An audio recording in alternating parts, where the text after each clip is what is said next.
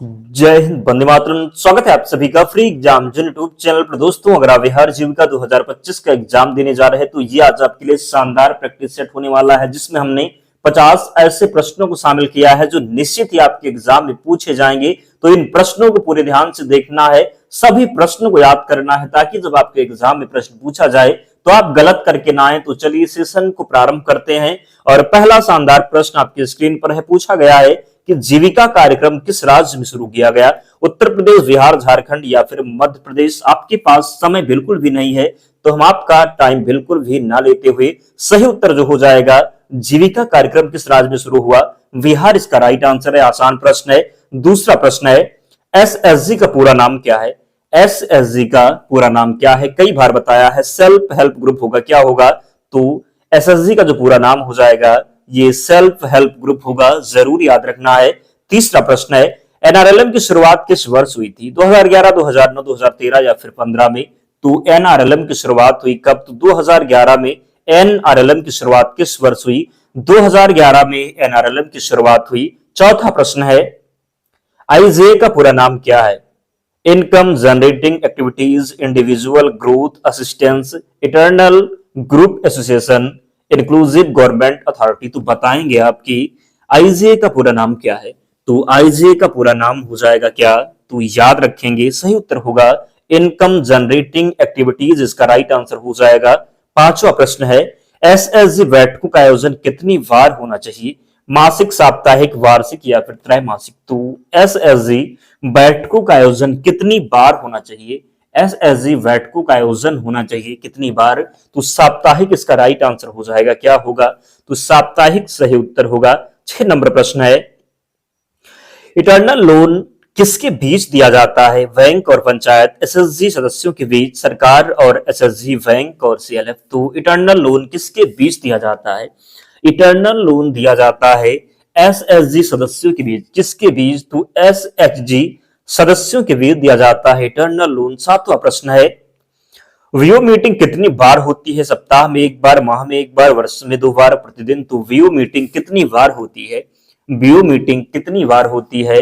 तो right answer इसका हो जाएगा माह में एक बार। क्या होगा? तो माह में एक बार। आठवां प्रश्न है, एसएसजी के लिए बैंक लिंकेज कौन सुनिश्चित करता है? आशा, मुखिया, कम्युनिटी कोऑर्डिनेटर या फिर पंचायत सचिव? तो जल्दी से बताइए कि एसएसजी के लिए बैंक लिंकेज कौन शुरू करता है? इसका जो राइट आंसर होने वाला है कम्युनिटी कोऑर्डिनेटर। क्या होगा? तो एसएसजी के लिए बैंक लिंकेज कौन सुनिश्चित करता है? कम्युनिटी कोऑर्डिनेटर इसका राइट आंसर हो जाएगा। और आप में से जो भी प्यारे दोस्तों ने अब तक वीडियो को लाइक नहीं किया है, निवेदन है आप सभी से जल्दी से वीडियो को लाइक कर दीजिए और चैनल को जरूर सब्सक्राइब करना है। इसकी पीडीएफ के लिए आपको टेलीग्राम चैनल से जुड़ना होगा, लिंक डिस्क्रिप्शन बॉक्स में है, या फिर आप टेलीग्राम पर जाएंगे, सर्च करेंगे फ्री एग्जाम जोन, आपको चैनल मिल जाएगा, ज्वाइन हो जाना। वहां पर आपको सारी पीडीएफ मिल जाएगी, तो आप लोग जरूर जुड़े, निश्चित ही वहां से आपका बहुत ही फायदा होगा। प्रश्न है कि एसएसजी लोन चुकाने की प्रक्रिया को क्या कहते हैं? एसएसजी लोन चुकाने की प्रक्रिया को क्या कहेंगे? याद रखेंगे, जो सही उत्तर होगा रीपेमेंट शेड्यूल का होगा। तो रीपेमेंट शेड्यूल जरूर याद रखें। पीएफ का पूरा नाम क्या है? Primary fund, project fund, producer fund, panchayat fund. तो पीएफ का पूरा नाम क्या है? पीएफ का जो पूरा नाम होगा ये क्या होगा? बताएंगे आपकी पीएफ का पूरा नाम क्या है? पीएफ का पूरा नाम है, जरूर याद रखना है, प्रोजेक्ट फंड। क्या होगा? तो प्रोजेक्ट फंड इसका सही उत्तर होगा। व्यू में शामिल एसएसजी की संख्या आमतौर पर होती है 5 से 10, 10 से 20, 20 से 30 या फिर 30 से 40। तो व्यू में शामिल एसएसजी की संख्या आमतौर पर कितनी होती है? याद रखेंगे, सही उत्तर इसका हो जाएगा कितनी? तो व्यू में शामिल एसएसजी की संख्या आमतौर पर होती है तो 10 से 20। कितनी? तो 10 से 20। पीएफ लोन किसको दिया जाता है? पंचायत, सीएलएफ, एसएसजी सदस्यों को, बैंक अधिकारियों को। तो पीएफ लोन किसको दिया जाता है? पीएफ लोन दिया जाता है एसएचजी सदस्यों को। किसको? तो पीएफ लोन दिया जाता है एसएचजी सदस्यों को। 13 नंबर प्रश्न है, सीआईएफ का पूरा नाम क्या है? Community investment fund, cluster internal fund, collective income fund, community information folder. तो बताएंगे आपकी सीआईएफ का पूरा नाम क्या है? सीआईएफ का पूरा नाम है कम्युनिटी इन्वेस्टमेंट फंड हो जाएगा। सीआईएफ का पूरा नाम है कम्युनिटी इन्वेस्टमेंट फंड। अगला है, जीविका के अंतर्गत महिलाओं को कहा जाता है दीदी, सदस्य, कर्मी या फिर ग्राहक। तो जीविका के अंतर्गत महिलाओं को कहा जाता है, क्या कहा जाता है? तो जीविका के अंतर्गत महिलाओं को दीदी कहते हैं। क्या? तो जीविका के अंतर्गत महिलाओं को कहा जाता है तो दीदी कहा जाता है। जरूर याद रखना है, गलती नहीं करना है। 15 नंबर प्रश्न है, कम्युनिटी कोऑर्डिनेटर की भर्ती किस स्तर पर होती है? ग्राम पंचायत, ब्लॉक, जिला या फिर राज्य। तो कम्युनिटी कोऑर्डिनेटर की भर्ती किस स्तर पर होती है? जरूर याद रखेंगे। तो सही उत्तर इसका हो जाएगा क्या? तो ब्लॉक होगा राइट आंसर। कम्युनिटी कोऑर्डिनेटर की भर्ती किस स्तर पर होती है? ब्लॉक इसका सही उत्तर है, जरूर याद रखेंगे। 16 नंबर प्रश्न है, एसएचजी से जुड़ी महिलाओं को आर्थिक रूप से क्या मिलता है? सम्मान, सहयोग, वित्तीय सशक्तिकरण या फिर अधिकार। तो एसएचजी से जुड़ी महिलाओं को आर्थिक रूप से क्या मिलता है? आर्थिक रूप से क्या मिलता है? तो वित्तीय सशक्तिकरण मिलता है। क्या? तो इसका जो सही उत्तर होने वाला है, आपको पता होना चाहिए कि एसएचजी से जुड़ी महिलाओं को आर्थिक रूप से क्या मिलता है? तो वित्तीय सशक्तिकरण मिलता है। धीमी गति से चलने वाली एसएचजी को क्या कहते हैं? Grade A, grade B, weak SHG, frozen SHG. तो धीमी गति से चलने वाली एसएचजी को क्या कहते हैं? धीमी गति से चलने वाली एसएचजी को वीक एसएचजी कहते हैं। क्या कहते हैं? तो धीमी गति से चलने वाले एसएचजी को वीक एसएचजी कहते हैं, जरूर याद रखेंगे। 18 नंबर प्रश्न है, ग्राम संगठन का मुख्य उद्देश्य है भोजन वितरण, सशक्तिकरण, लोन बांटना या फिर शिक्षा देना। तो ग्राम संगठन का मुख्य उद्देश्य क्या है? ग्राम संगठन का मुख्य उद्देश्य क्या हो जाएगा? ग्राम संगठन का जो मुख्य उद्देश्य होगा ये होगा सशक्तिकरण। ग्राम संगठन का मुख्य उद्देश्य क्या है? सशक्तिकरण हो जाएगा ग्राम संगठन का मुख्य उद्देश्य। 19 नंबर प्रश्न है, बिहार का गठन कब हुआ? 1912, 1905, 1935 या फिर 1950 में।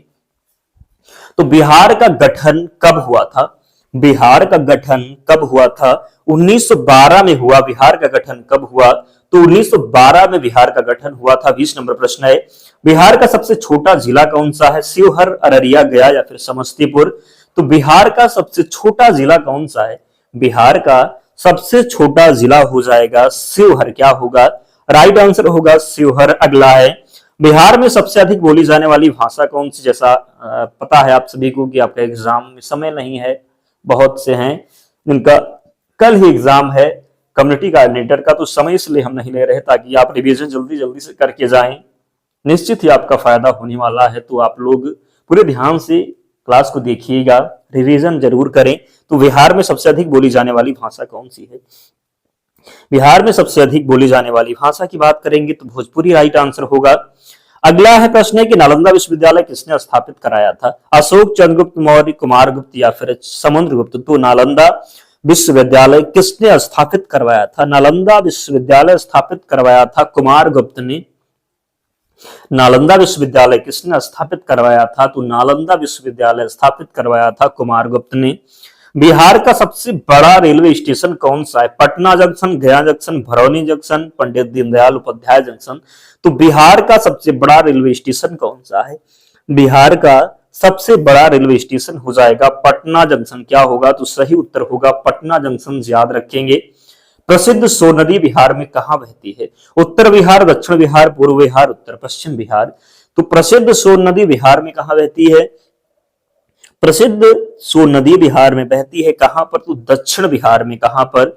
तो प्रसिद्ध सोन नदी बिहार में कहां बहती है? दक्षिण बिहार में। बिहार दिवस कब मनाया जाता है? 22 मार्च, 15 अगस्त, 26 जनवरी, 18 दिसंबर को। तो बिहार दिवस कब मनाया जाता है? आपसे पूछा जाएगा कि बिहार दिवस कब मनाया जाता है, तो 22 मार्च को मनाते हैं बिहार दिवस। बिहार दिवस कब मनाया जाता है? 22 मार्च को। महाबोधि मंदिर कहां स्थित है? पटना, राजगीर, गया या फिर नालंदा। तो महाबोधि मंदिर कहां स्थित है? महाबोधि मंदिर की बात होगी तो ये गया में स्थित है। कहां पर? तो महाबोधि मंदिर गया में स्थित है, याद रखना है। गुरु गोविंद सिंह का जन्म कहां हुआ था? अमृतसर, पटना साहिब, दिल्ली या फिर गया। आसान प्रश्न, सही उत्तर होगा पटना साहिब। गुरु गोविंद सिंह का जन्म कहां हुआ था? गुरु गोविंद सिंह का जन्म हुआ था पटना साहिब में। बिहार का कौन सा जिला लीची उत्पादन के लिए प्रसिद्ध है? पटना, मुजफ्फरपुर, दरभंगा या फिर किशनगंज। बिहार का कौन सा जिला लीची उत्पादन के लिए प्रसिद्ध है? बिहार का कौन सा जिला लीची उत्पादन के लिए प्रसिद्ध है? मुजफ्फरपुर होगा। बिहार का कौन सा जिला लीची उत्पादन के लिए प्रसिद्ध है? तो मुजफ्फरपुर। अगला है चंपारण सत्याग्रह कब हुआ था? 1917 में हुआ था चंपारण सत्याग्रह। बिहार के पहले मुख्यमंत्री कौन थे? तो बिहार के पहले मुख्यमंत्री कौन थे? याद रखेंगे, जो सही उत्तर होगा कृष्ण सिंह थे। कौन? तो बिहार के पहले मुख्यमंत्री थे श्री कृष्ण सिंह। बिहार का सबसे बड़ा बांध कौन सा है? गांधी सेतु, कोसी बैराज, इंदिरा गांधी बैराज, सोन बांध। तो बिहार का सबसे बड़ा बांध कौन सा है? बिहार का सबसे बड़ा बांध हो जाएगा कोसी बैराज। क्या होगा? तो कोसी बैराज है। बिहार में हवाई अड्डा सबसे पहले कहां बना? पटना, गया, पूर्णिया या फिर दरभंगा? तो बिहार में हवाई अड्डा सबसे पहले कहां बना? तो पटना में। बिहार में हवाई अड्डा सबसे पहले कहां बना? तो पटना इसका राइट आंसर होगा। बिहार में शेरशाह सूरी का मकबरा कहां स्थित है? औरंगाबाद, रोहतास, सासाराम या फिर भागलपुर? तो बिहार में शेरशाह सूरी का जो मकबरा है ये सासाराम में स्थित है। कहां पर? तो बिहार में शेरशाह सूरी का मकबरा सासाराम में स्थित है। अगला प्रश्न है, बिहार का प्रमुख त्योहार कौन सा है? दुर्गा पूजा, छठ पूजा, बैसाखी या फिर ओणम? तो बिहार का प्रमुख त्योहार कौन सा है? बिहार का प्रमुख त्योहार कौन सा है? याद रखेंगे, बिहार का प्रमुख त्योहार छठ पूजा है। क्या है? तो छठ पूजा है। अगला है, विश्व प्रसिद्ध काला नमक चावल बिहार के किस क्षेत्र का है? मिथिला, चंपारण, मगध या फिर बुंदेलखंड? तो विश्व प्रसिद्ध काला नमक चावल बिहार के किस क्षेत्र का है? विश्व प्रसिद्ध काला नमक चावल बिहार के किस क्षेत्र का है? सही उत्तर इसका हो जाएगा कहां का है? तो राइट आंसर इसका हो जाएगा क्या? तो चंपारण होगा। क्या? तो सही उत्तर होगा चंपारण। अगला है, बिहार में बक्सर किस नदी के किनारे स्थित है? गंगा, सोन, कोसी या फिर गोमती? तो बिहार में बक्सर किस नदी के किनारे स्थित है? बिहार में बक्सर किस नदी के किनारे स्थित है? तो ये गंगा नदी के किनारे स्थित है। किस नदी के किनारे? तो बिहार में बक्सर गंगा नदी के किनारे स्थित है। बिहार का सर्वाधिक जनसंख्या वाला जिला कौन सा है? पटना, गया, भागलपुर या फिर दरभंगा? बिहार का सर्वाधिक जनसंख्या वाला जिला की जब बात करेंगे तो सही उत्तर इसका हो जाएगा पटना। क्या होगा? तो बिहार में सर्वाधिक जनसंख्या वाला जिला पटना हो जाएगा। कोसी नदी को किस नाम से जाना जाता है? बिहार की बेटी, पूर्वांचल की नदी, बिहार का अभिशाप, मां कोसी? कोसी नदी को किस नाम से जाना जाता है? कोसी नदी को किस नाम से जाना जाता है? तो बिहार का अभिशाप। क्या होगा? तो बिहार का शोक भी कहते हैं कोसी नदी को। तो कोसी नदी को किस नाम से जाना जाता है? तो बिहार का अभिशाप हो जाएगा। याद रखेंगे। अगला है, बिहार में पशुओं का प्रमुख मेला कौन सा है? सोनपुर छठ मेला, राजगीर मेला, सारनाथ मेला? बिहार में पशुओं का प्रमुख मेला कौन सा है? तो बिहार में पशुओं का प्रमुख मेला जो है ये सोनपुर मेला हो जाएगा। क्या होगा? तो बिहार में पशुओं का जो प्रमुख मेला है ये क्या होगा? तो सोनपुर इसका राइट आंसर होगा। याद रखेंगे। क्या होगा? तो सोनपुर सही उत्तर है। नेक्स्ट है, कंप्यूटर का जनक किसे कहा जाता है? Charles Babbage, Bill Gates, Mark Zuckerberg, Dennis Ritchie? Computer का जनक किसे कहते हैं? तो कंप्यूटर का जनक कहते हैं चार्ल्स बेबेज को। कंप्यूटर का जनक किसे कहते हैं? कंप्यूटर का जनक कहते हैं चार्ल्स बेबेज को। कंप्यूटर की जानकारी मापने की इकाई क्या है? इंच, फाइट, किलो या फिर मीटर? तो कंप्यूटर की जानकारी मापने की इकाई क्या है? कंप्यूटर की जानकारी जो मापने की इकाई है ये वाइट है। क्या है? तो कंप्यूटर की जानकारी मापने की इकाई वाइट हो जाएगी। आरओएम में डाटा कैसा होता है? अस्थाई, अस्थाई, बदलने योग्य या फिर हटाने योग्य? तो आरओएम में डाटा कैसा होता है? आरओएम में डाटा जो होगा ये कैसा होगा? तो ये अस्थाई होता है। क्या? आरओएम में डाटा अस्थाई होता है। इसका फुल फॉर्म होगा रीड ओनली मेमोरी। क्या? तो रीड ओनली मेमोरी। अगला है, इनमें से कौन आउटपुट डिवाइस है? इनमें से कौन आउटपुट डिवाइस है? कीबोर्ड, माउस, प्रिंटर या फिर स्कैनर? तो इनमें से कौन आउटपुट डिवाइस है? आपको पता है प्रिंटर होगा आउटपुट डिवाइस। क्या? तो प्रिंटर आउटपुट डिवाइस है। विंडोज किसका उदाहरण है? Operating system, application, software, input device, output device? तो विंडोज किसका उदाहरण है? विंडोज की बात करेंगे तो ये ऑपरेटिंग सिस्टम का उदाहरण है। विंडोज किसका उदाहरण है? तो विंडोज ऑपरेटिंग सिस्टम का उदाहरण है। विंडोज किसका उदाहरण है? तो विंडोज ऑपरेटिंग सिस्टम का उदाहरण है। आईपी एड्रेस किसके लिए उपयोग होता है? कंप्यूटर की पहचान, फाइल सेव करने, कंप्यूटर ऑफ करने, गेम चलाने? तो आईपी एड्रेस किसके लिए उपयोग होता है? आईपी एड्रेस उपयोग होता है किसके लिए? तो याद रखेंगे कंप्यूटर की पहचान क्या होगा? तो कंप्यूटर की पहचान इसका सही उत्तर होगा। अगला है कंट्रोल प्लस सी का प्रयोग किसके लिए होता है?